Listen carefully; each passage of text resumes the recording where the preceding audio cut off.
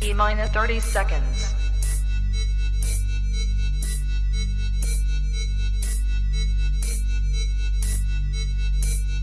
T minus 20 seconds.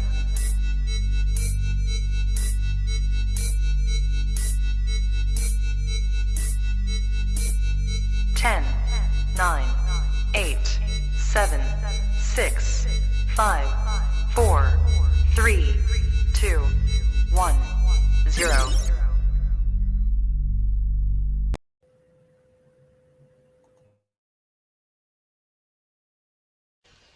I don't have to tell you things are bad. Everybody knows things are bad. It's a depression. Everybody's out of work or scared of losing their job. The dollar buys a nickel's worth. Banks are going bust. Shopkeepers keep a gun under the counter. Punks are running wild in the street, and there's nobody anywhere who seems to know what to do, and there's no end to it. We know the air is unfit to breathe, and our food is unfit to eat. We sit watching our TVs while some local newscaster tells us that today we had 15 homicides and 63 violent crimes, as if that's the way it's supposed to be. We know things are bad, worse than bad. They're crazy. It's like everything everywhere is going crazy, so we don't go out anymore. We sit in the house, and slowly the world we're living in is getting smaller, and all we say is, please, at least leave us alone in our living rooms. Let me have my toaster and my TV and my steel-belted radios, and I won't say anything. Just leave us alone. Well, I'm not going to leave you alone. I want you to get mad. I don't want you to protest. I don't want you to riot. I don't want you to write to your congressman because I wouldn't know what to tell you to write. I don't know what to do about the depression and the inflation and the Russians and the crime in the street. All I know is that first, you've got to get mad. You've got to say, I'm a human being. My life has value.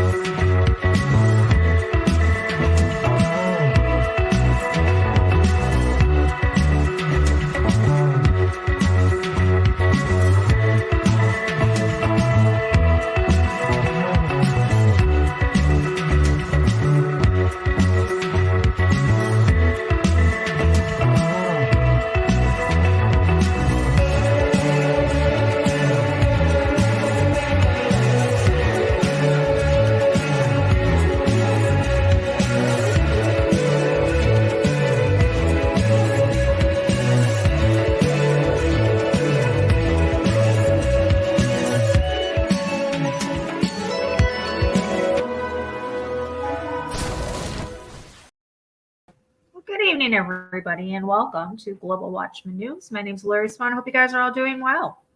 If you are new to the channel, welcome. If you're in the live chat, we do ask that you keep it family friendly.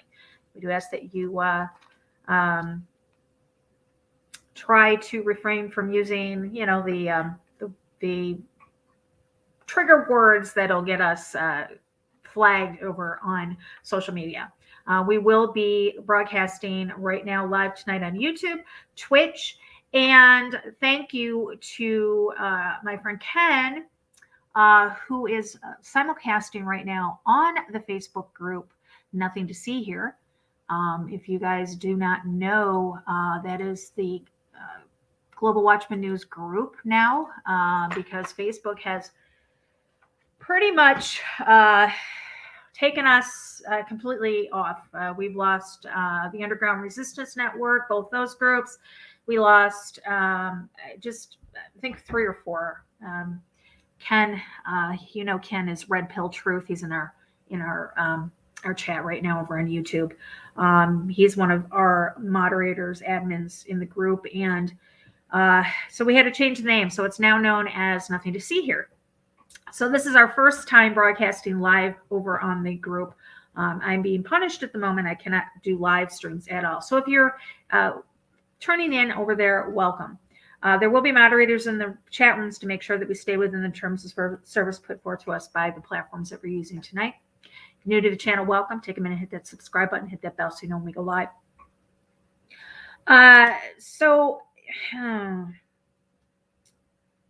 Again, mainstream media is not telling us everything. Go figure. Let's kind of rewind to 2016 for a moment. You guys recall during the 2000 or after the 2016 presidential election, where Donald Trump became our 45th president. He was accused by the Democrats of having an unhealthy relationship with Russia. And for the last 4 years, we've heard Russia, Russia, Russia, Russia, Russia this, Russia that. And then fast forward, or actually rewind a little bit to our election of last year, elections of 2020, when we know for a fact, okay, that the potato in chief that we have right now has indeed not as speculated like it was with Trump, but a confirmed relationship with China.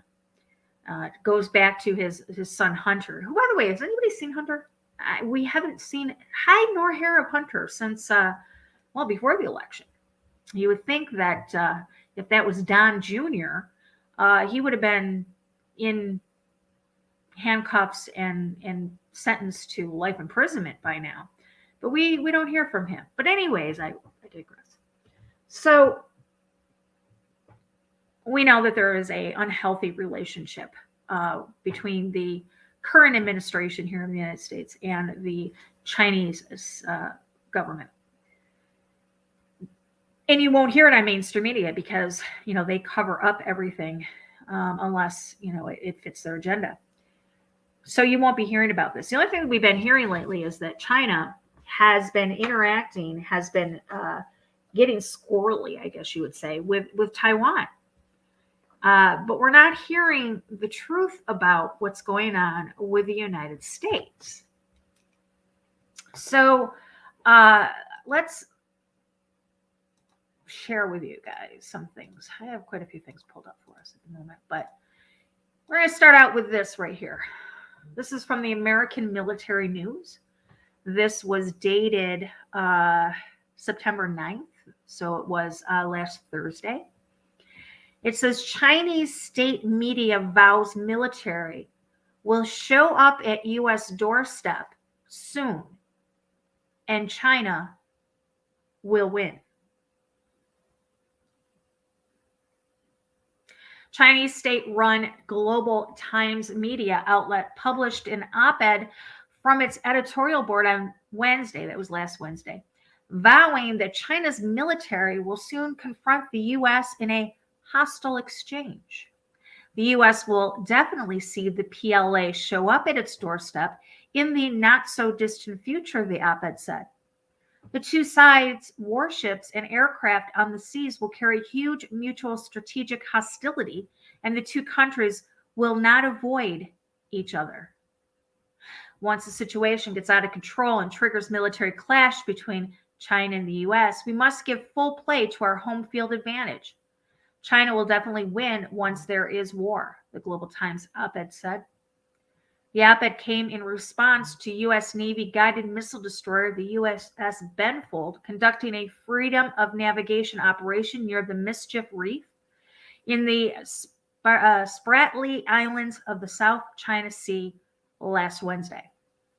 What the U.S. has done is a naked provocation. God, hold on a minute. I need to wash my glasses off. Hold on. Oh, God, I can see out of them. Okay, there we go. What the U.S. has done is a naked provocation that this is obvious to all, the Global Times op-ed said, adding that the ship posed a threat to the many Chinese people and facilities on the island. The op-ed further called on China to take action. Only by making the U.S. have a taste of its own medicine can we touch the nerves of the U.S. and its allies and reshape the Western world's understanding of U.S. bullying in the South China Sea, it said.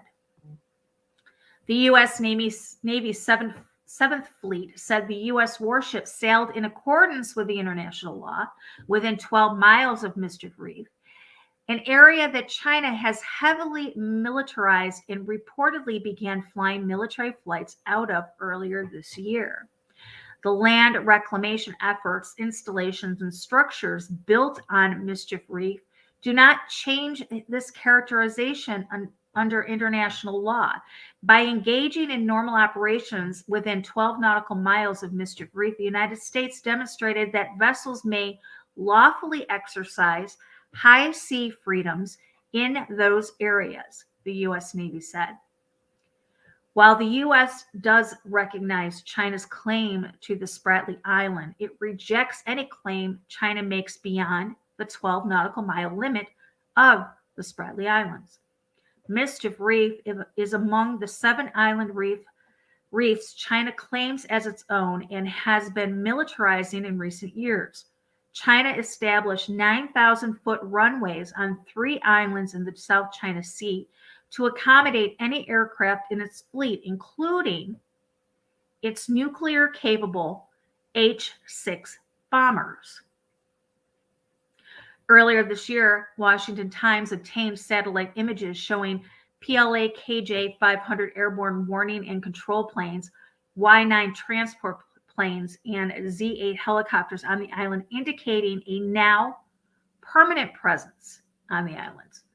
The U.S. has repeatedly denounced militarization of artificial islands in the South China Sea, as well as its construction of military bases and other industrial facilities in the region and aggressive behavior towards other nations' ships in the region. China claims most of the mineral-rich South China Sea, including areas that reach the shores of its smaller neighbors, Brunei, Malaysia, and Philippines, Vietnam, and Taiwan, also have overlapping claims to the maritime region. The U.S. has vowed to continue its freedom of navigation operations to ensure free passage in the South China Sea, despite China's threats. You get the idea, right? Yeah. In July of 2020, the U.S. released its first official statement rejecting most of China's territorial claims in the South China Sea as unlawful. The document rejects China's claims to certain territories, such as James Shield, located 50 nautical miles from Malaysia, as well as other specific territories off the coast of Vietnam, Indonesia, and the Philippines. China has claimed some of these territories in its 9-dash line announced in 2009, despite these territories being located up to 1,000 nautical miles away from China's coast. The U.S. position aligns with the 2016 arbitral tribunal decision in which it rejected China's claim as baseless against international law. Secretary of State Anton Blinken praised the decision in the 5th anniversary earlier this year, which China swiftly denounced. All of this coming at the heels of our 20th anniversary of 9/11. You would wonder why the United States would provoke China, period, okay, let alone on the same week as the anniversary, the 20th anniversary of 9/11. So I pulled up some of these things, and let me just do something here. Need to pull up this here. Paste.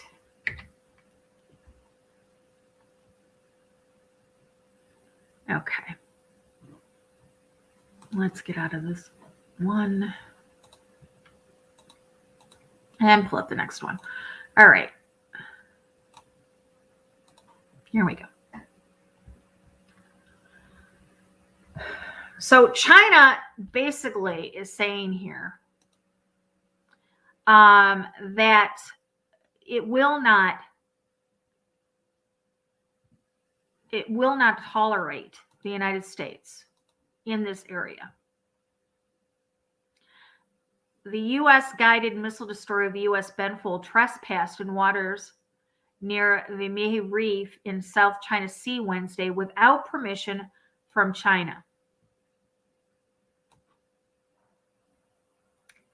The 7th Fleet is there, and they did acknowledge that the USS Benfold sailed within 12 nautical miles of the reef, but said that the warship was asserting navigational rights and freedoms.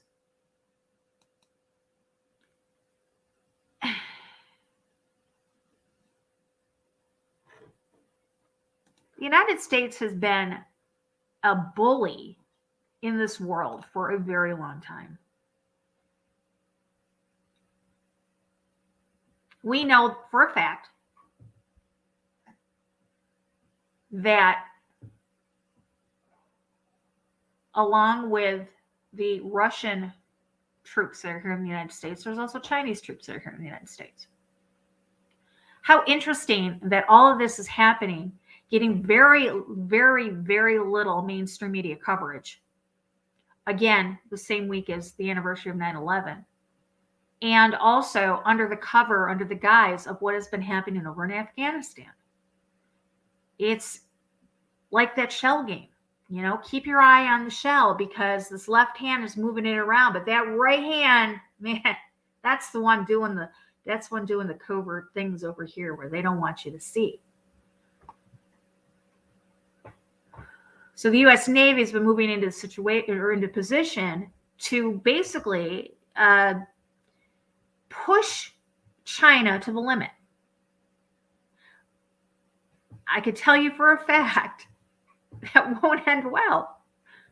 China has been itching to overtake the United States in being the superpower of the world. Right now, we are not in position to defend ourselves. When you think about it, pretty much the potato in chief has set us up to fall should a superpower like China come in and start attacking us.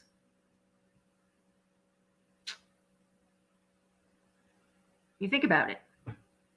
China and Russia both are basically taking sides with the Taliban. They've been allowing Afghans into this country under the guise of being those people that helped us during the Afghan war or being, friends of the United States. We know for a fact that the Taliban took off their uniforms, put on civilian clothes, and got on those planes. And they are over here now. Trojan horse. Complete and total and utter Trojan horse. So if things were to pop off with China, well, that leaves the United States, mainland, well, we're going to fend for ourselves, basically. I don't believe that this administration has the best interest of the American people at heart. I don't believe that, and I know you probably don't either. And the fact that this administration works so closely with the CCP leaves you wondering what's really going on over there, right?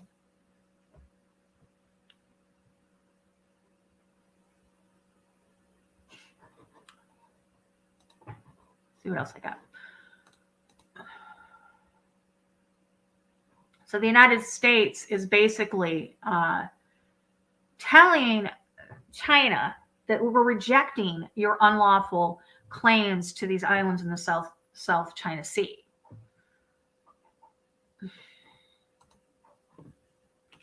Here is the article regarding the 7th Fleet.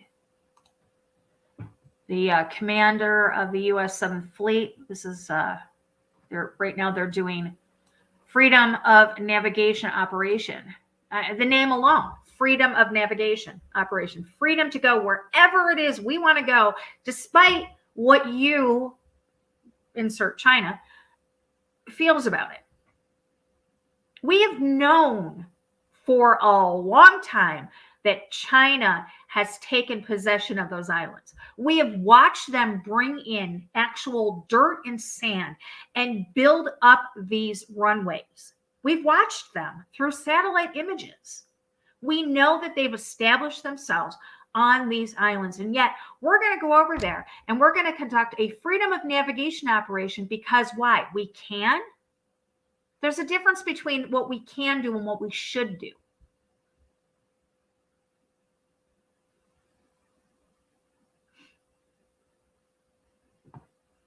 Should we be doing it? No. So in retaliation for this, China took it one step further. Now, reports that China is now flying military planes from the disputed island masses. So not only do we have the Seventh Fleet, but now we've got the Chinese military going head to head over there. Why is not the mainstream media talking about this? Why? I mean, you should be asking yourself this question. Why aren't we being told about this? You know that these variants that are coming out and all of this other stuff is just a distraction. A lot of us have been feeling for a very long time that something is coming over. You know, something definitely is going to pop off. I don't know about you, but should World War III or any form of conflict, I don't know, the word World War III leads people to think nuclear, and I don't want to go that far, but any altercation with the United States with China or with Russia,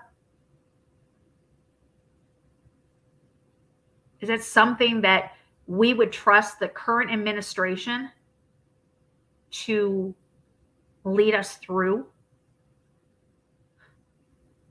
I don't know. Would you allow the fox to open up the hen house door? Would you trust him? No, I wouldn't.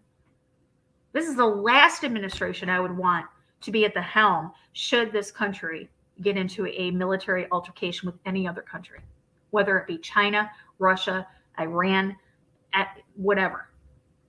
This is the last administration I would want to be holding the keys.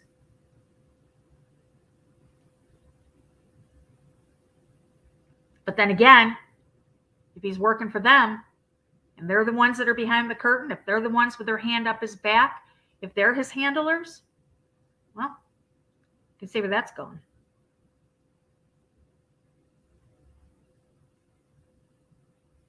Got to keep an eye on other things that are happening besides what's happening right here. Mainstream media is not going to tell you. They're going to tell you what they want you to watch, what they want you to pay attention to. They're not going to tell you about things like this.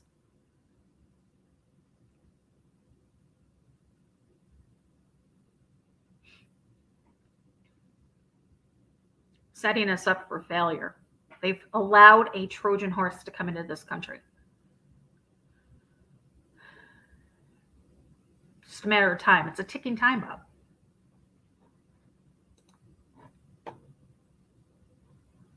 Where is... Okay. I'm going to play a video for us real quick. And I'll be back.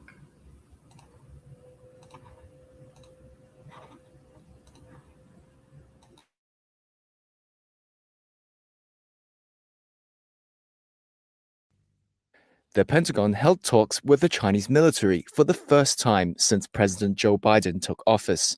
That was revealed to Reuters on Friday by a US official, speaking on condition of anonymity. Relations between China and the United States have grown increasingly tense over everything from Taiwan, Xinjiang, and Chinese military activity in the South China Sea. But despite that, the US military has long aimed to have open lines of communication with their Chinese counterparts to dampen potential flare-ups or deal with accidents. Last week, Michael Chase, Deputy Assistant Secretary of Defense for China, spoke with Chinese Major General Huang Xueping over a secure video link. Both sides agreed on the importance of maintaining open channels of communication between the armed forces of the world's two largest economies. Officials said US Defense Secretary Lloyd Austin has yet to speak with his Chinese counterpart, partly because there's still debate over who exactly that is. While Vice President Kamala Harris said on Thursday that the United States welcomes competition and does not seek a conflict with Beijing, but will speak up on issues such as maritime disputes in the South China Sea.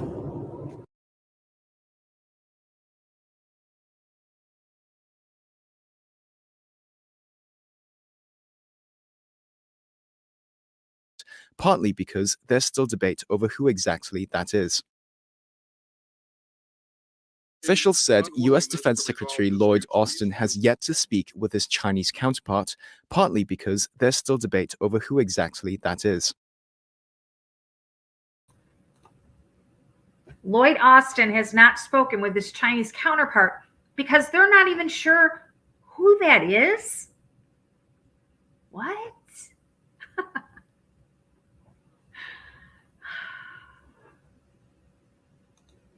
Wow. They're not even sure who it is. Oh, I'm sure they know who it is. They just, are going to play dumb.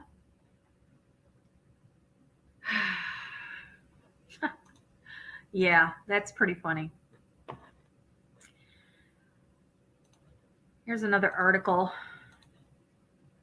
When did this one come out? This one came out in August. So this is something that has been going on, guys, for the last month and a half, 2 months. This is something that has been building. Like I said, we've been watching the Chinese build up these islands. We've watched them bring in the sand to build up the islands. We've actually watched them building the runways that I talked about a little bit ago. We watched all this. So this is something that it shouldn't be very new. It's just what's new is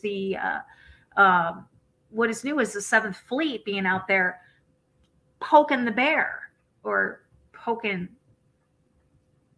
the dragon. This is back in August 23rd. It says, how would China fight a war against the U.S.? A new U.S. Army publication sets out to answer that question, offering a detailed account of the military tactics China could employ. I'm going to pull that up. And give me a second. What is the... Okay, that's a PDF. I'll go to that one when we're done here. Yeah, it's still downloading. It's a 250-page document mainly intended to help provide a realistic basis for training of U.S. forces, but in doing so, it sheds some new light on Chinese military forces, at least as it is perceived by U.S. military observers, and is based primarily in unopened sources. The publication presents the PLA, which is the Chinese Army, the People's Liberation Army, military theory largely is written and prescribed by the PLAA. The manual says real-world practices of PLA units are generally not included as part of the analysis underpinning this document. Here's another hyperlink. I'm going to click on that one as well. Oh, it's the same one. Okay. As for the command structure of the Chinese military, it is complex and opaque to outsiders. There are no fewer than 10 different naval level commands organizations in China, organized across at least 3 different levels of complex hierarchy. Deception plays a critical role in every part of the Chinese approach to conflict. I guess we could say that about the United States as well. According to the document, rather than focusing on defeating the opponent in direct conflict, as most Western militaries do, the Chinese military strategizes, considers these deception, trickery, and other indirect perception-based efforts to be the most important elements of the operation. So they're basically trying to say that they use propaganda to win wars, where the United States uses actual military. It's kind of interesting. And then here is the tactic. I'm going to put all these links for you guys down in the description area, like I always do. Hope you guys utilize them. But here is it's a 252-page PDF, and it talks about the Chinese tactics. It was dated August of this year, so just last month. Headquarters, the Department of the Army. Publication is available at the Army Publishing Directorate site. talks about Chinese tactics. And like I said, I have not read it yet. I will read it probably later, but I'm actually going to download that. So I have it. And let's see, what else do we got? I've got one more. And this says that America, we're not ready for war with China. This is from the Foreign Affairs. This was dated June of this year. So see, this has been playing out right under our noses, right? Literally under our noses. And the mainstream media has been either downplaying it or not reporting it. But it says America's not ready for war with China. How to get the Pentagon to focus on the real threats. The United States has spent $19 trillion on its military since the end of the Cold War. That is $16 trillion more than China spent, and nearly as much as the rest of the world combined spent during the same period. Many experts think that the United States is about to lose a devastating war.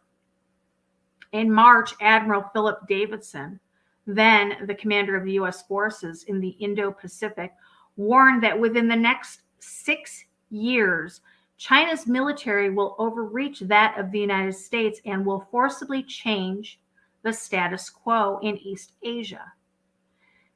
I told you guys, China was looking to become the major superpower over there, or in the world, actually. Back in 2019, a former Pentagon official claimed that the United States military routinely gets its ass handed to it in war games simulating combat with China. Meanwhile, many analysts and researchers have concluded that if China chose to conquer Taiwan, the Chinese People Liberation Army could cripple whatever U.S. forces tried to stand in its way. So even them playing their little computer-generated war games, we repeatedly lose this war.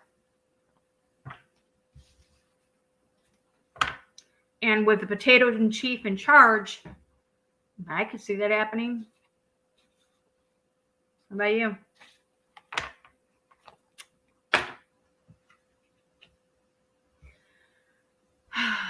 Anyways,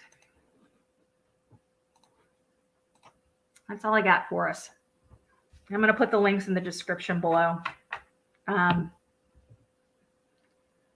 you guys find anything else regarding this, or if you know of any information regarding this, you have any friends that are in the military that are stationed there, if you can get it firsthand, let me know. Because I'm not seeing this on the mainstream media. I'm not seeing this on it at all. And if they do talk about it, they're downplaying it. All we hear about is, the bad guys. China's trying to take over Taiwan. China's trying to do this. China's trying to do that. Well, you know what? Look at. They've established their dominance in the South China Sea. They're not overreaching anything. All right. The United States military is the one that's pushing and forcing China's hand. So, all right. I will be back hopefully on, what's today? Is today Tuesday already? I am so confused because of trying to get everything done with vacation. I will be back on maybe tomorrow night. I'm still trying to see if I can get Marcus Kaiser to come on. Guys, I want to give a big, huge shout out to a page that I think is not getting enough traffic. Happens to be a personal friend. This is Chris's page. You guys know him as in the chat room as Soul Society Brotherhood. This is his page. Go give him a like, give him a follow. He's on the same page as we are as far as information. He is, I also made him an editor over on Exposing Satanic World Government 2.0. So he is somebody that we would like to support and get his following up, get his supporters up over on social media. Chris will also be joining me as a guest co-host in the near future. Hopefully maybe we can get him on maybe tomorrow or Thursday if I don't get Marcus on. And we'll have Chris on with us and just kind of sit and talk and get to know him. And yeah, so go over and give him a like, give him a follow. And I will be back tomorrow. Remember, guys, eyes open, no fear.